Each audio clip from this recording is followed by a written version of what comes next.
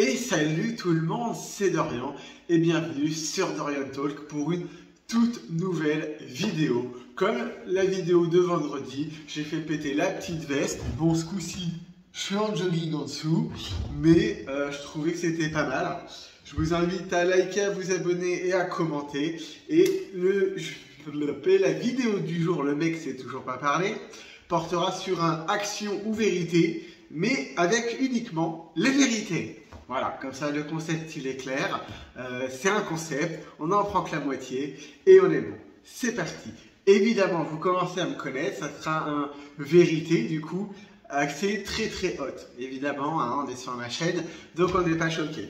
Alors, quel est l'endroit le plus insolite où vous avez fait l'amour? Ça, il y avait déjà eu une vidéo dédiée à ça. Je dirais que c'est quand même pour le côté où il y a risque de se faire surprendre, j'irais toilette de grand magasin. Ça, il y a un côté où à tout moment tu risques de te faire surprendre. Le lieu, il n'est pas forcément fait pour ça à la base. Donc effectivement, je pense que c'est le plus dingue quand même. Parce qu'après, avec du public, il va y avoir tout ce qui est backroom et tout ça, mais c'est fait pour. Donc c'est plus facile. Pareil pour tout ce qui est sauna, hammam. Donc je pense que toilette de grand magasin, ouais, parce que t'entends les gens à côté et tout, tu entends les gens qui rentrent, la femme qui fait le ménage et tout, donc il y a gros risque de se faire choper. Quel acte sexuel vous ne referiez plus jamais? Peut-être le scato, parce que le plaisir est mental par la domination mais n'est pas sexuel, et que j'ai passé ce stade de surdomination ou d'avoir besoin de surdominer quelqu'un. Alors après c'est comme tout, si un jour j'ai un conjoint, what the fuck, mais si un jour, imaginons j'ai un conjoint et que ça lui fasse envie, ça s'arrange parce que c'est mon conjoint, mais pour un plan cul, je pense que c'est pas un truc que je referais. Autant l'uro et il n'y a pas de problème. Je pense que je referai pas de scato. Ça fait d'ailleurs des années que je l'ai pas vraiment refait. Je suis en train de me demander quand est-ce que c'était la dernière fois, mais ça fait plus d'1 ou 2 ans.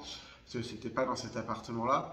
Mais ouais, ça franchement c'était sympa. Je suis hyper content d'avoir testé parce qu'il faut pas mourir idiot et que je pars du principe qu'il faut tester pas mal de choses, mais c'est pas un truc que je referai forcément. Je suis en train de m'étouffer. Qu'est-ce que vous aimez lors des préliminaires? Voilà, ouais, passion, fellation. Voilà. Qu'est-ce que je rajoute derrière ça? Si, j'ai des positions un peu préférées, mais en gros, tout ce qui me permet de pouvoir la recevoir bien profondément et le plus profondément possible, on aime bien. Encore une fois, s'il y a quelqu'un de ma famille qui passe par là, bébé, je t'embrasse. Quelle est votre position préférée? Bah, du coup, ça rejoint ce que je suis en train de dire. Pour de la fellation, allongée sur le dos, la tête dans le vide. Voilà. Et pour de la sodo, en actif, si le mec il est soit à quatre pattes, soit hyper cambré, moi derrière, le truc très traditionnel. En fait, j'aime pas, entre guillemets, à avoir à gérer les jambes du gars. Donc à quatre pattes, hyper pratique. Et dans l'autre sens, si c'est moi qui me fais, je préfère être debout parce qu'en fait j'aime avoir les jambes tendues et pouvoir me toucher. On est quand même très proches, vous et moi, hein. On est quand même de plus en plus proches, hein. Voilà, n'hésitez pas à me dire dans les commentaires vos positions préférées, histoire que j'en sache un peu plus et que je sois pas le seul à vous raconter ma vie, quoi. Mais on est quand même très proches, vous et moi. Quel est le plus grand orgasme que vous ayez jamais eu? Alors ça c'est une très bonne question. Une de mes meilleures fois, j'en avais déjà parlé, c'était dans une douche en Corse. Mais sinon si, ça y est, je sais. Mon plus gros orgasme, je faisais un truc avec un mec où en gros l'idée c'était de nous retenir au maximum. Donc en fait on s'est retenu pendant plus d'une journée, ce qui peut paraître traditionnel mais qui pour moi assez énorme. Mais je m'essuie quand même, voilà. Et donc du coup je me sens éjaculer toute la journée. Et le soir, au moment où je peux balancer la purée, disons, ça m'a fait un bien fou, mais un bien fou. J'en avais mal au cojones tellement il y avait de la pression et tout. Je peux vous dire qu'au moment où c'est sorti, il y en avait partout. Et ça m'a fait tellement de bien. Donc je dirais que c'est cette fois-là. Le truc le plus... ouais. Alors, quelle est la première chose coquine que vous feriez si vous vous réveillez dans le corps d'une personne du sexe opposé? Ben déjà, est-ce que j'aurais vraiment envie d'être une femme? Voilà. Si vous me suivez un petit peu sur TikTok, j'en reviens à ça. Je fais des lives en ce moment le soir sur TikTok. On a eu une très très grosse discussion là-dessus. Mais voilà. Qu'est-ce que serait la première chose cochonne que je ferais si j'étais une femme? Mais du coup, la réponse s'applique pas en fait en tant qu'homo parce qu'en fait, je fais les mêmes choses. Mais j'irais bien par curiosité. Regarder jusqu'où où je peux m'enfoncer un truc dans le vagin. Voilà. S'il y a des femmes qui regardent cette vidéo, n'hésitez pas à me dire en commentaire. N'hésitez pas à me dire en commentaire la profondeur de votre vagin. Non. Mais je serais curieux de savoir jusqu'où on peut enfoncer des trucs là-dedans. Genre Mary Poppins et en sac à main, quoi. Voilà. C'est n'importe quoi mes vidéos en fait. Merci de regarder ce genre de choses. Voilà. Je pense que j'essaierai de voir la profondeur de mon vagin. On va passer à la question suivante. Quelle est la première chose coquine? Quel est le fantasme le plus fou que vous avez jamais eu? Que vous n'ayez jamais eu et qui s'est réellement réalisé? Mon plus gros fantasme qui s'est réalisé? Bah là, il n'y a rien qui me vient. Je suis pas du style à avoir des trucs... Si, j'ai quelques fantasmes, mais que j'aurais déjà réalisé. Là, j'ai rien qui me vient. Donc, ben voilà. Question suivante. Comment s'est passée votre première expérience sexuelle? Alors ça, c'était sympa. J'avais 15 ans. C'était avec un collègue de travail. Et en fait, on se branlait, on logeait dans la même chambre d'hôtel. Donc du coup, ça nous est arrivé plein de fois de nous branler. Et un jour, il m'envoie un message sur mon téléphone en me demandant s'il peut m'aider à me branler, quoi, en gros. Sauf que ce message, je le reçois pas parce qu'en fait c'était une semaine où j'avais pas mon téléphone avec moi, que je l'avais oublié, donc j'ai vu ce SMS là que le week-end. Donc déjà dégoûté. Donc quand je l'ai revu la semaine d'après, on a recommencé le truc. Et en fait il m'a rejoint dans mon lit. Donc si vous voulez, on avait deux lits individuels dans notre chambre d'hôtel et on dormait donc dans la même chambre. Il m'a rejoint dans mon lit. En fait à aucun moment on n'a parlé. Et donc il m'a rejoint dans mon lit et il m'a fellationné. Voilà. Pour la petite anecdote hyper drôle, et c'est arrivé après, j'ai quand même eu 2 expériences avec des femmes. Je pourrais vous faire une vidéo où je vous raconte ma première fois avec une femme. C'est très très drôle.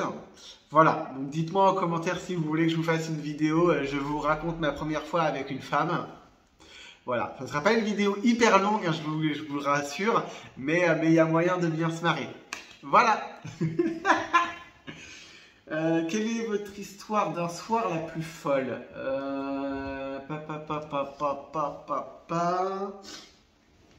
Bah, en coup de gens que je vais jamais revoir, ça va être dans les backrooms et ce genre de choses, ce que je faisais avant. Parce que là, bah, vous voyez un nombre de mecs incalculable, que généralement j'y vais toujours avec un très bon ami à moi et c'est lui qui contrôle avec qui je couche et tout. Et j'aime bien ce côté avec lui, parce qu'il n'y a qu'avec lui que j'ai fait ça, où en fait c'est lui qui va choisir avec qui je vais fellationner dans le lieu, et en fait je trouve ça vachement excitant de s'abandonner à son partenaire en fait. Donc voilà, je pense que c'est le truc le plus dingue que j'ai pu faire de ce côté-là, quoi. Quel est l'endroit le plus bizarre où je me suis masturbé? Dans 2 de mes boulots, il y en avait un où j'étais tout seul lors d'une masturbation, et donc voilà, et j'allais me masturber pendant ma pause dans les toilettes. Et dans un autre de mes boulots, j'allais carrément ken avec un de mes collègues au sous-sol de ma boîte. Et on a fait ça plusieurs fois, voilà. Donc je pense que le lieu le plus insolite sur lequel je me suis masturbé, ça serait mon lieu de travail. Voilà. Quel vêtement il serait le plus sexy? Alors je suis pas très sous-vêtements. Je suis pas très sous-vêtements, mais je dois avouer qu'un mec en costume, alors avec une chemise, parce que tu te promènes rarement dans la rue avec une veste de costume, sans rien en dessous quoi. Mais je dois avouer qu'un mec en costume, cravate, style un peu banquier et tout, mama, on adore quoi. Vraiment, mec, un petit costume, cravate, vraiment, tu peux me demander n'importe quoi, je suis là quoi. Et on va terminer par quel est votre type de porno préféré? J'aime bien, alors au niveau des acteurs, en ce moment je suis à fond sur un acteur qui s'appelle, alors je vais certainement écorcher son nom, Goldo Goran, je crois. Mais en gros, j'aime beaucoup tous les acteurs de chez Teen Talks, généralement. Vraiment, on n'est pas original.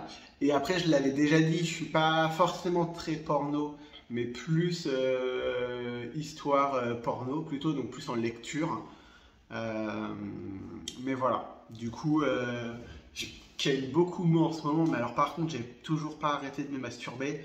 Rien qu'aujourd'hui, je dois être à 6 ou 7 fois. C'est un bordel. Voilà. On va terminer cette vidéo là parce que je pense que j'ai raconté assez de conneries. Sur ce, n'hésitez pas à liker, à vous abonner et à commenter. Si vous voulez, si vous avez d'autres idées de vidéos, de choses que vous avez envie que je vous raconte, n'hésitez pas dans les commentaires et je vous fais des bisous. À bientôt. Ciao.